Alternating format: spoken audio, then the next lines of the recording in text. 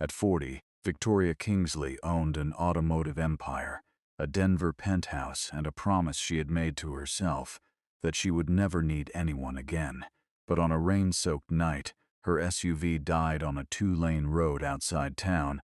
and the only light she could find came from a small garage with a hand-painted sign reading Boone Auto and Restoration. When the man inside lifted the hood, he saw not a routine breakdown but a flaw that could destroy everything she had built. She had come to fix her car, but perhaps her heart was what had been broken all along. Stay with this story to the end to find out whether Victoria saves her empire or chooses the man who saved her. The boardroom on the 42nd floor of Kingsley Automotive Group's headquarters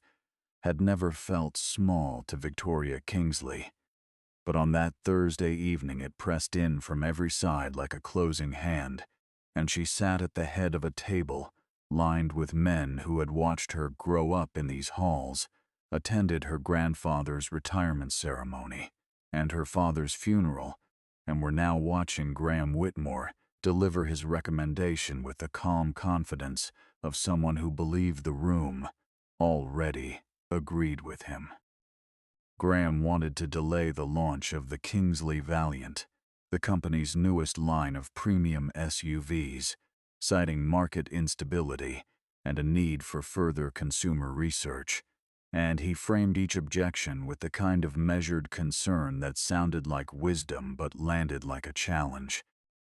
Victoria had spent 18 months steering the Valiant from concept to production floor, had personally approved every specification and pushed back on every unnecessary cut, and she understood without needing it spelled out that Graham was not worried about the market. He was questioning whether she had the judgment to lead. She acknowledged his concerns, thanked him for his diligence, and overruled him in 4 sentences, the last of which made clear that the launch date would not change. The room went quiet in the particular way that told her she had won the argument but not necessarily the room, and Graham's expression settled into the rehearsed neutrality of a man who had decided to let the present moment go because he intended to collect on a later one. She left the building alone, which was how she preferred it, sliding into the driver's seat of the Valiant prototype assigned to her for the pre-launch evaluation period. And the drive from Denver toward the Mountain Edge Resort, where she had scheduled breakfast meetings with 3 major shareholders, was one she had made many times, intending to use the 2 hours to rehearse her remarks. Her phone rang before she cleared the city lights, and she answered expecting her legal director, but hearing instead her mother Zagar's voice, warm and deliberate, asking whether she had eaten and whether she had given any thought to the suggestion that she might like to meet the man her cousin had mentioned at Easter. Victoria answered the way she always did. She was 40 years old. She was running a company that employed 11,000 people, and she was by every reasonable measure exactly where she wanted to be. And her mother said she hoped that was true, and Victoria said it was, and ended the call with the efficientness she applied to all conversations that had reached their natural conclusion. The rain started somewhere past the county line, light at first and then decisive, drumming against the roof of the Valiant with the rhythm that turns a highway into something to be taken seriously, and the heads-up display flickered once, recovered, then flickered again, in a way that was not part of the expected behavior she had reviewed in the engineering documentation, and a small warning indicator appeared in the corner of the instrument cluster before disappearing without explanation. Victoria noted it with the portion of her mind that tracked anomalies the way other people tracked appointments, deciding it was worth mentioning to the technical team in the morning, but not worth pulling over for. And then the engine lost power 3 minutes later. No grinding, no lurch, just a long exhale of momentum that left the SUV coasting to the gravel shoulder as if it had simply decided to rest. She reached for her phone, found no signal, and looked through the rain-blurred windshield at the faint orange glow of a light perhaps a quarter-mile up the road, and she walked toward it through the downpour with her coat pulled tight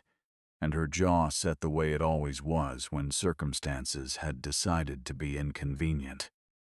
The sign, when she finally made it out, read Boone Auto and Restoration, and a man stepped into the doorway, backlit by the warm interior, and waited without rushing toward her, and there was something in the stillness of his stance that was neither unwelcoming nor eager, just present, in the particular way of someone who did not feel the need to fill a silence with motion. He said his name was Elias and asked if she needed help, and the question was so plainly asked that for a moment she did not answer, and then he stepped aside and held the door open, and she walked into the light. When his eyes moved from her face to the Valiant sitting in the rain and settled for a fraction too long on the emblem on the hood, Victoria noticed his expression change, a small tightening around the jaw, a shift she could not yet read. Victoria asked for the name of a towing service and received instead a calm explanation that the bridge 2 miles north had been closed since mid-afternoon due to flooding,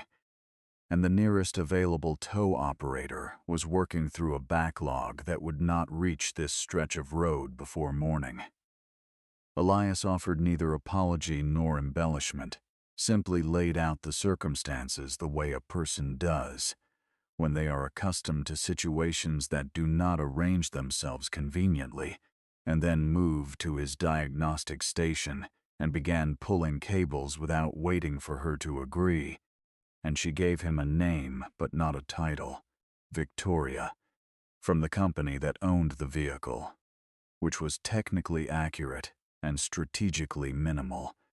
and watched him connect an independent diagnostic unit to the port beneath the steering column with the efficiency of someone who had done this 10,000 times and saw no reason to narrate it. The machine read the car's recent history, and Elias studied the output in silence for longer than she expected, and then he said there was a discrepancy. The car's onboard log showed 3 distinct warning events in the previous 90 minutes, but the data transmitted to the company's remote monitoring system showed none, which was not how the system was designed to behave. Victoria suggested a connectivity failure, a glitch, the kind of explanation that covers most things that cannot be immediately accounted for, and Elias agreed that it was possible in the tone of someone who did not think it was likely, and walked her through the specific lines that had been removed, not overwritten by new data, not lost in a dropout, but selectively erased from the fields that would have triggered an automatic safety flag.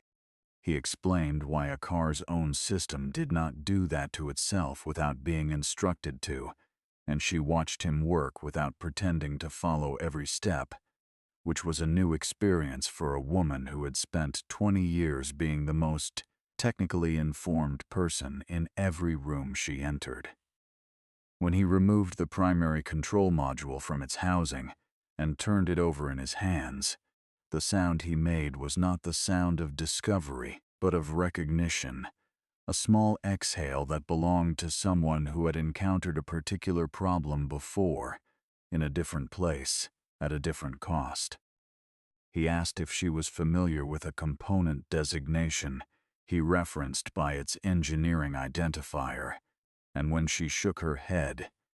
he told her only that he had seen this design before and that it had a known behavior under certain moisture conditions that he had documented and reported to a company that supplied parts to Kingsley Automotive approximately 7 years ago. Victoria felt the floor shift under the professional distance she had placed between them and said nothing, and Elias set the component on the workbench with the care of someone handling something that mattered and told her he would not put it back until he had addressed the insulation gap, because if she restarted the vehicle and drove it tonight, she might make it 10 miles or she might not make it 2, and he was not willing to send her back onto a wet highway without being certain. The precision of his concern, the fact that it was about the car and not about her, about the mechanical reality and not about the impression he was making, was the first thing about Elias Boone that genuinely surprised her, and Victoria Kingsley was not a woman who was easily surprised. She was not accustomed to being helped without the help being attached to something. A favor to be called in, a position to be reinforced, a relationship to be leveraged. And yet she stood in a garage, off a road she had never intended to take, and placed her safety in the hands of a man she had known for less than an hour. He asked her full name before writing up the work order, just for the record, and when she told him, he went still in his way that was different from his usual stillness, like a house that had been quiet all evening and then became quieter. Elias did not make a scene of it, did not announce what the name meant to him, or deliver a prepared speech about what it had cost him. But he told her plainly that the repair would take until morning, and that the road was still closed, and that there was a small room above the garage. His late wife had finished the year before she got sick, and he left the key on the counter without pressing it into her hand. Victoria stood in the middle of the garage for a moment, and then picked up the key, because there was nothing else to do, but she did not go upstairs immediately. Instead, she moved along the walls the way she sometimes moved through a building she was considering acquiring, reading the space for what it chose to display. The walls held a framed engineering degree from Colorado State, 2 industry safety awards whose letterheads she recognized, a laminated certification in advanced systems diagnostics, and a photograph of a younger Elias standing beside a white test vehicle in a facility bearing the logo of Northstar Controls, a supplier whose name had appeared once in a legal deposition she had reviewed 3 years ago and set aside without following. She was still looking at the photograph when his phone rang, and he answered it with a shift in register that parents carry. Not softer exactly, but different, more patient in the specific way of someone who holds the welfare of another person as the organizing principle of their day. And he asked if the presentation slides were finished, and whether she had eaten something that was not from a vending machine, and told her she was going to do well, and that he would be home by tomorrow afternoon, and she should call him if anything felt off about the dormitory heating, which had been unreliable since October. When he ended the call and turned back to the car, something had changed between them without any words having been directed at her. She had simply witnessed something true about him, and it was harder to remain armored against a true thing. He made 2 cups of coffee at the small machine on the filing cabinet and set one near her without asking whether she wanted it, and Victoria found herself doing the thing she almost never did, which was nothing, just standing with a warm cup in a lit room while someone else worked. The power went out at 10:15, the kind of full county flicker that follows a big storm, and the garage fell to the amber glow of emergency strip lights mounted along the storage shelves, which gave the space the quality of a fire-lit room and removed, without anyone deciding to remove it, the last of the professional distance Victoria had been maintaining. They sat on opposite sides of the workbench, and she talked without her usual calibration, without thinking about how each sentence would land or what position it would place her in, and it felt the way exhaling feels after hours of held breath, necessary and slightly dangerous, and he listened in the particular way of someone who is not assembling information and not waiting for their turn to speak, just present with what she was saying. She had forgotten that kind of listening existed. He told her almost nothing about himself that evening, just enough to answer questions she asked directly, and asked her instead whether she had always known she would run the company, and she said she had known it before she understood what it cost, and he said that was probably the truest thing about most commitments, and she thought he was not only talking about companies. She went to refill her coffee and saw, on the workbench, half covered by a parts catalog, the corner of a technical document bearing Graham Whitmore's name in the signature field. She asked, and he answered, not because he owed her an explanation, but because the document was visible, and the question was direct, and Elias Boone had spent 7 years not lying about what he knew, which meant he had also spent 7 years not being believed. He had been the lead systems engineer at North Star Controls, a mid-sized supplier responsible for drive-by-wire control modules used in several domestic automotive brands, and in the spring of the year he turned 36. He had begun testing a new generation of those modules under environmental stress conditions that the original certification process had not fully replicated, and the moisture ingress pattern he documented.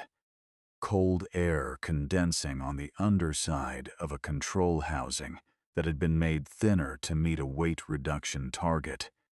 caused a predictable and reproducible signal interruption that under the right conditions would cut transmission input to the drivetrain for anywhere from 3 to 15 seconds, which was enough, on a highway at speed, to end a life. He had written the report himself, formatted it to the exact standard required, and sent it to both his direct superior and the Kingsley automotive procurement contact,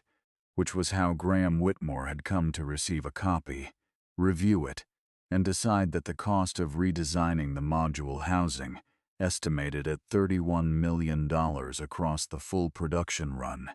was not a cost the project could bear in the current quarter. The report had not been buried quietly. It had been actively revised,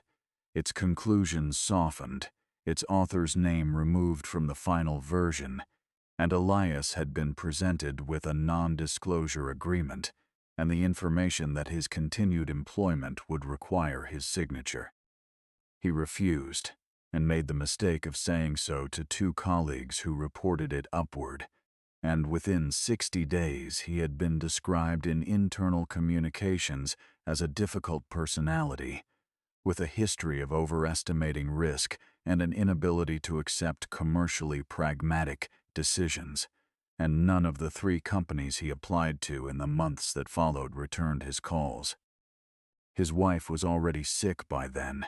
and Sadie was 8 years old, and the garage, which he had purchased from a retiring mechanic who had been his father's friend,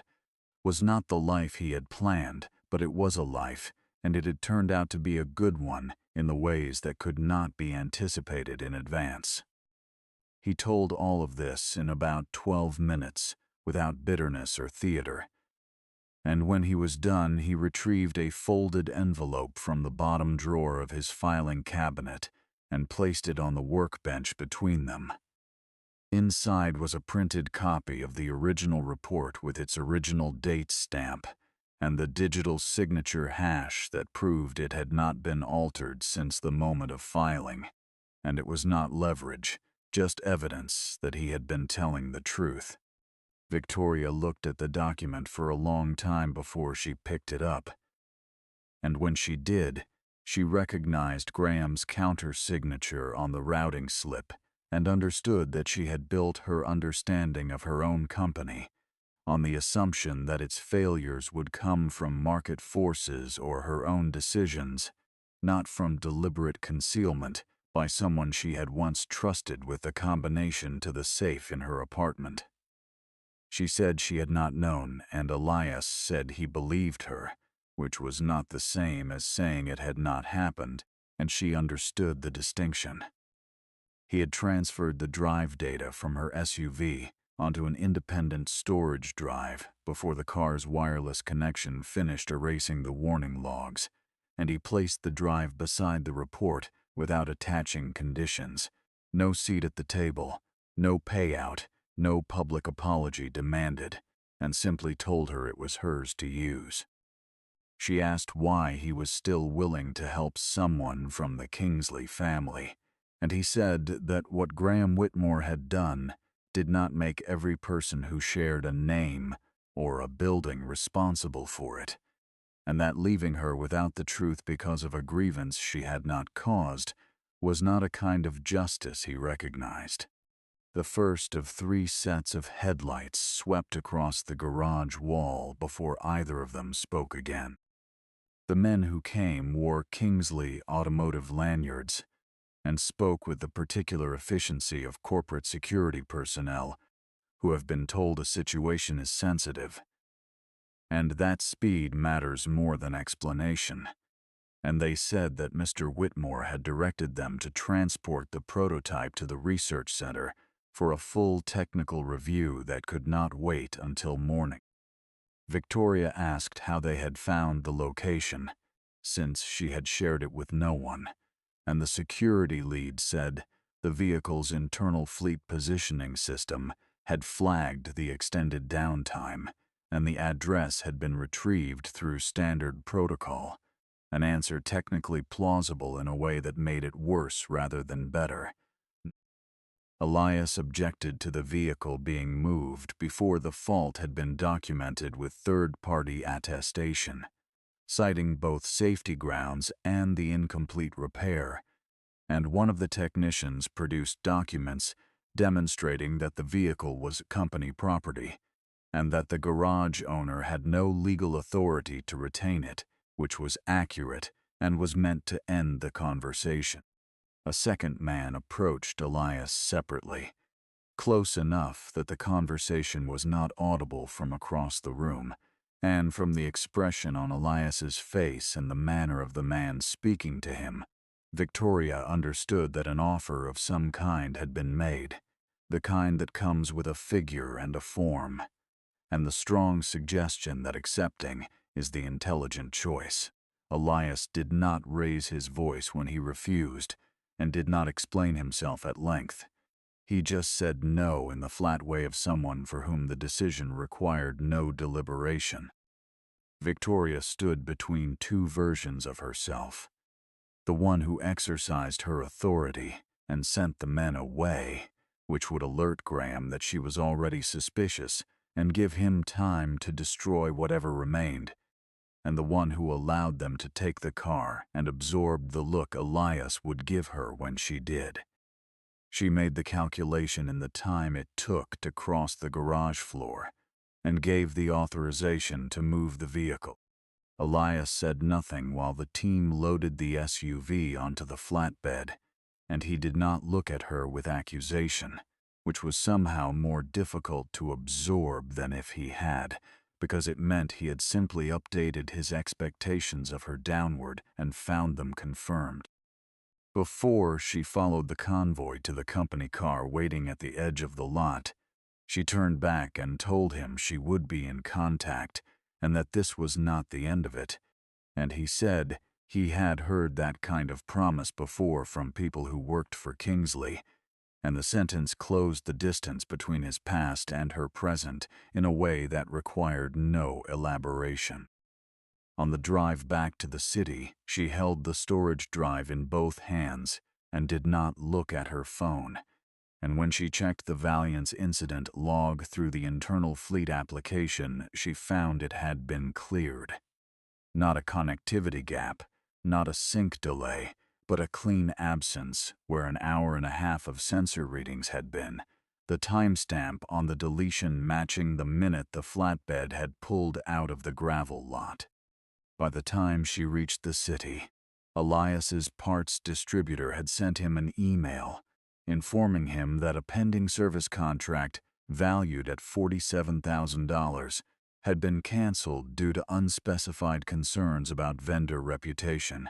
a phrase that was business language for a message that was personal. The account from which the deletion order had been issued was authenticated to the office of the Vice President of Product Operations, and the name on the account was Graham Whitmore. She met Naomi Pierce the following morning,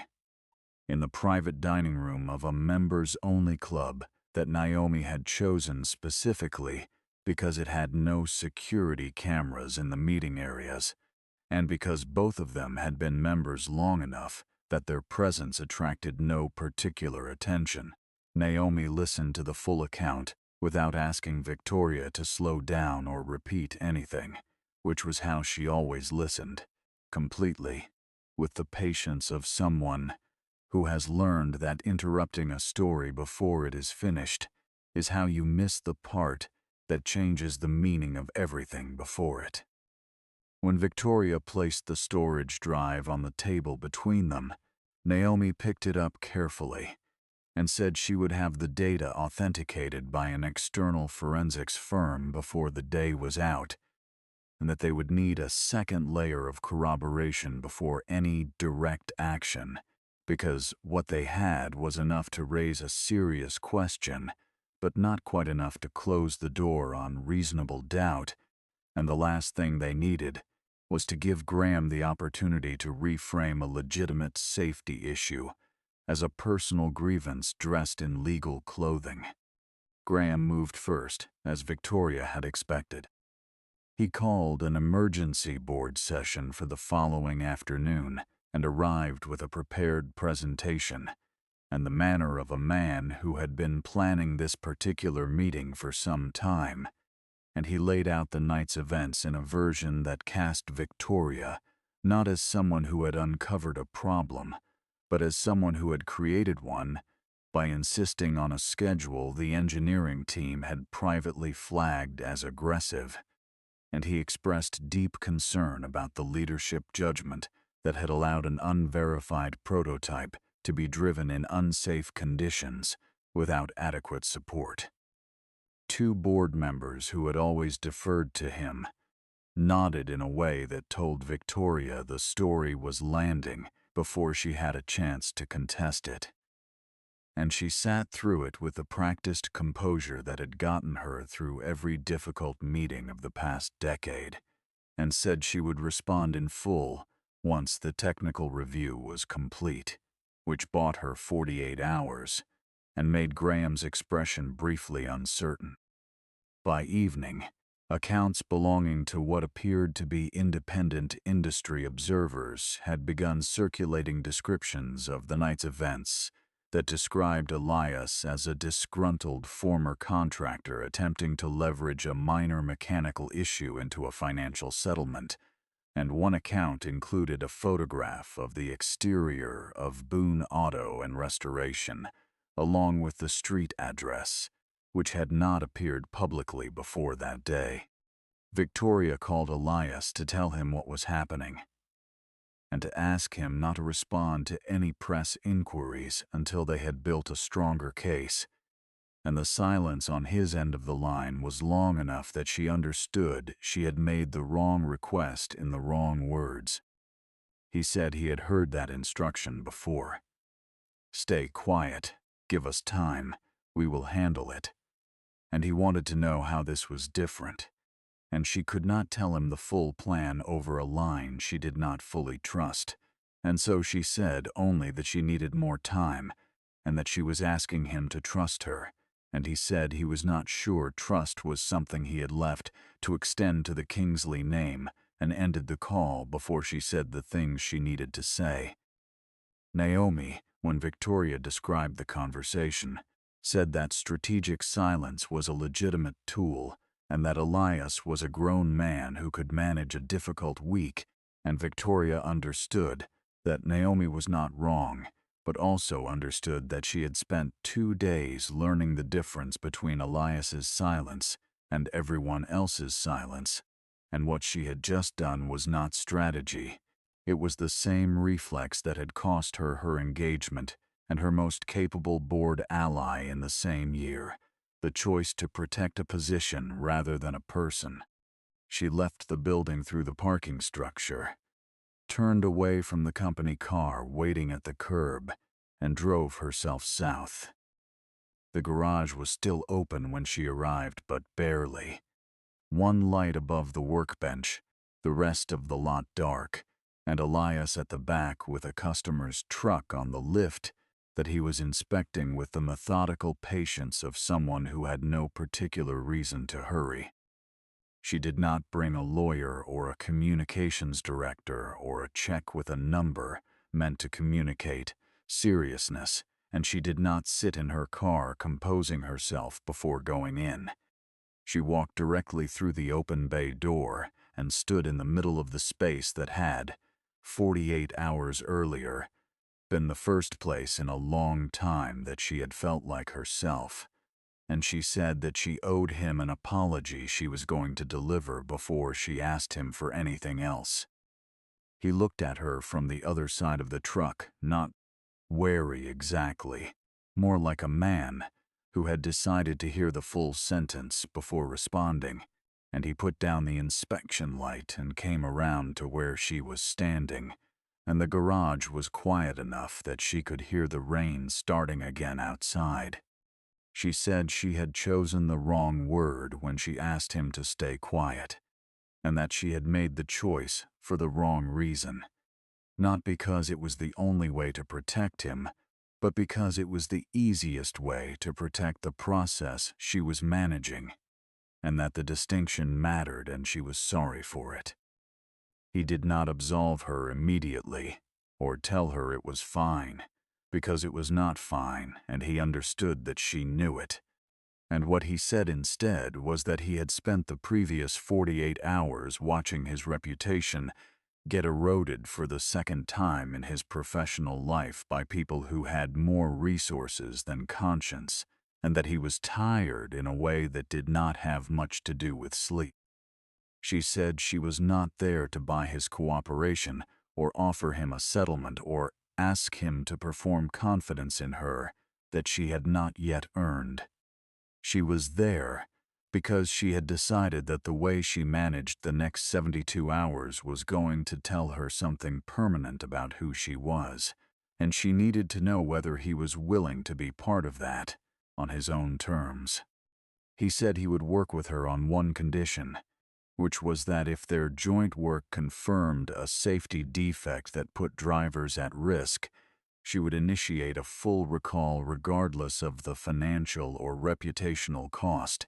and he would need her word on that before they touched the evidence again. Not as a formality, but as the actual point of the conversation. She stood with that condition for longer than was comfortable,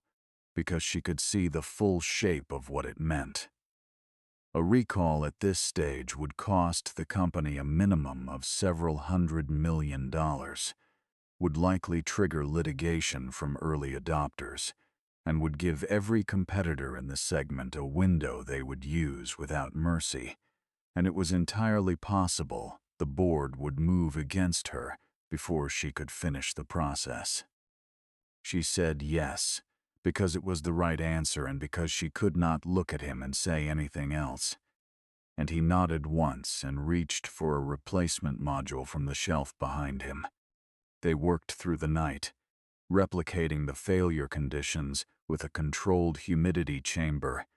Elias had assembled from a hardware store cooler and a temperature logger, and the test produced the exact signal dropout on the third run that his original report had documented 7 years earlier, and he recorded everything simultaneously on 3 separate devices.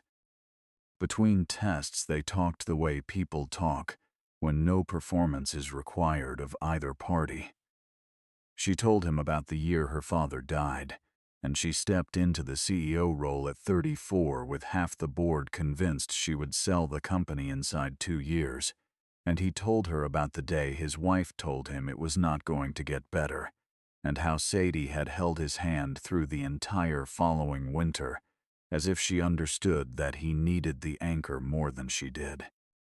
A little before 3 in the morning, running through the software modification logs, they found a name attached to the code revisions that had disabled the warning threshold on the second-generation module, and the name was Russell Kane. Naomi arranged the meeting with Russell at a midtown law firm conference room on a Wednesday afternoon, off calendar, with no Kingsley Automotive affiliation listed on the booking. And Russell arrived looking like a man who had been sleeping badly for some time, the particular appearance of someone who has been carrying a secret that does not sit well with them. He was 61 years older inside that room than he had seemed at company events, and when Victoria placed Elias's data drive and the replication test results on the table, he did not reach for them immediately. He looked at the window instead, the way people look at exits when they are not certain they are going to stay. She told him she was not interested in prosecuting him, and that anything he told her voluntarily would be handled with the discretion her legal team was present to ensure. And she meant it not as a manipulation but as the truth. Because the man who had made the original decision to suppress a safety report was not in this room. Russell confirmed that Graham had directed the technical team to disable the upper range moisture sensitivity trigger in the second-generation module, framing it as a calibration refinement rather than a suppression, and that the documentation had been written to make the change appear routine, and that Russell had processed the modification under direct instruction and had told himself it was a management decision outside his authority to contest. He said this in the flat tone of someone who has rehearsed a justification enough times that it no longer sounds like one, just a sequence of events, and then said that he had not driven one of the new Valiants himself since the modification was made, which was the detail that carried the most weight in the room. He agreed to provide a formal statement on the condition that frontline technicians who had executed the change under direct instruction would not face individual disciplinary action, and Victoria and Naomi confirmed that in writing before the meeting ended. Graham found out about the meeting before Naomi's team had finished preparing the documentation, which meant that his information network inside the company ran deeper than Victoria had mapped, and he responded by releasing a 40-second video clip to 2 industry publications that appeared to show Elias at a meeting with a competitor's corporate representative, accompanied by text describing him as having offered proprietary technical data in exchange for payment. The clip had been taken at a trade conference 18 months earlier. The representative in question was a safety standards official, and the meeting had been about certification protocol, but none of that was in the caption. Elias called Victoria the same hour the clip appeared, and she could hear in his voice that he was not angry so much as depleted, the way a person sounds when they have absorbed too much for too long and are running low on the particular resource that makes absorption possible, and she told him not to respond publicly, and that she had the original documentation from the meeting in question, and that she was going to use it in a way that would matter more than a rebuttal, and she needed him to hold on for 24 more hours. He said he trusted her, quietly, the way a person says something true when they are not certain it is wise, and she felt the weight of those words differently than she had ever felt a professional commitment, because they were not offered on the basis of her title or her leverage, but because he had decided, again and against the evidence of his own experience, to believe in her. She called Naomi the moment the call ended and said she needed everything ready by the morning of the Valiant launch: the original report, the replication test, the software modification logs, Russell's statement, and every deleted data point from the night on the highway. Then she asked Naomi to prepare one additional document alongside all of it, her written resignation letter, signed, to be used if the board required it. The Kingsley Valiant launch was held at the city's largest convention center on a Friday evening in front of 400 people, shareholders, automotive press, international distributors, and the kind of industry figures whose presence in a room signals to everyone else that something is worth attending. The room had been designed to feel like inevitability. Cascading light panels along the ceiling in silver and deep charcoal, Valiant prototypes arranged on rotating platforms, every detail calibrated to communicate that this was not a product announcement, but a declaration. Graham sat in the front row with his communications team, and the expression Victoria had learned over the course of their engagement was his particular brand of composed anticipation. The face of a man who believes the outcome is already settled and has come to collect it. Victoria walked to the podium, thanked the room for coming, and paused in a way that was not part of the prepared script, long enough to shift the energy from ceremony to attention, and then said she had asked for this time not to deliver the announcement that had been planned, but a different one that the people in this room, who had invested capital and reputation in this company and in its products, deserved to hear from her directly rather than from a regulatory filing issued under pressure.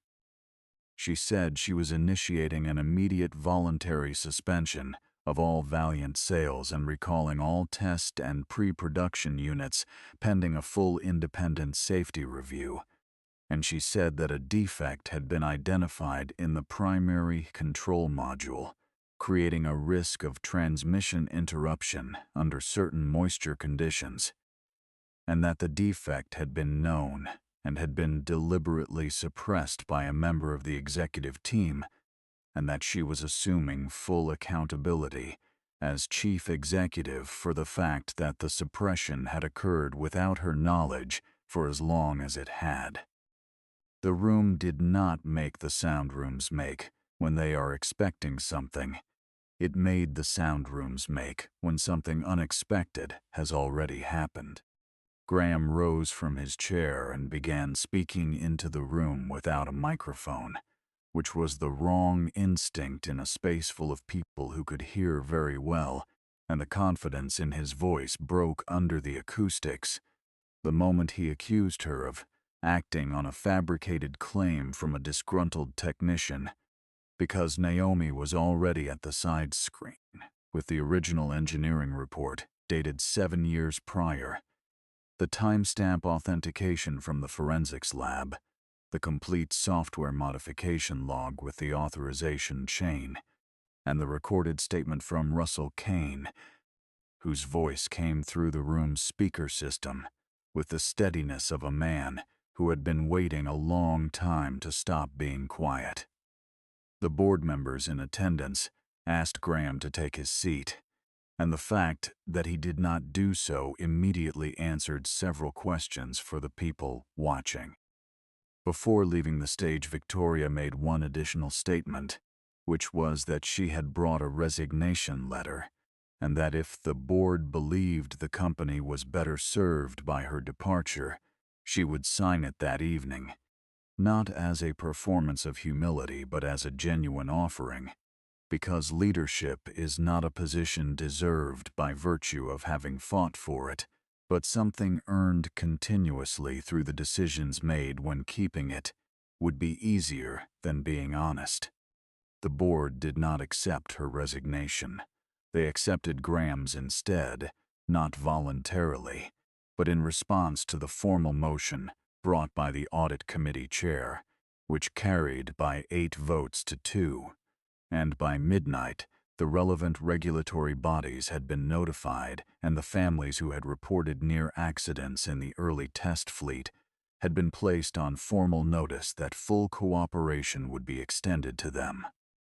After it was over, Victoria walked out through the loading exit rather than the main lobby and stood in the rain for a moment before getting into the car, and she did not drive toward her penthouse. She drove south. The garage was dark when she arrived, but not locked.